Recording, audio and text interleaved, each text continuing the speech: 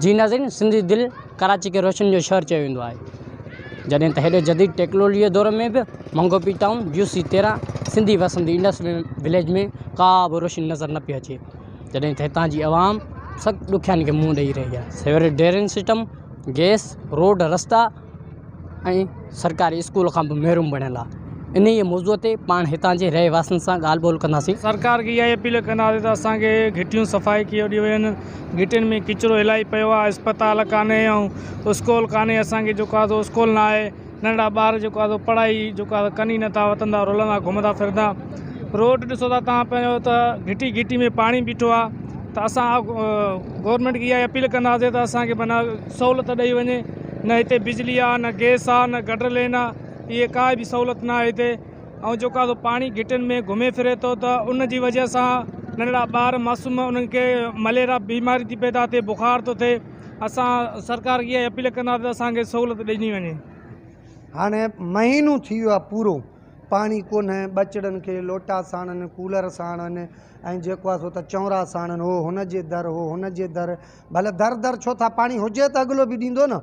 पाणी ठुप कोन्हे। स्कूल ॿारनि जी तालीम तबाह आहे, तालीम बिल्कुलु कुझु न आहे। ऐं सेवरेज लाइन बिल्कुलु कोन्हे। ॿ यूनियन काउंसिलर जो मेंबर आहे, अलाह ख़ुशि रखेसि, अब्दुल कादिर ॾेपर साहब, भाउ वाला, उनखे ख़ुशि रखे। उन जा उहिदेदार बि हिकु ॿ दफ़ा आया हुया, चई विया त असां को न को सेटअप कंदासीं, लेकिन न करे सघिया। पर ज़िमेदारी आहे यूनियन कमेटी जी।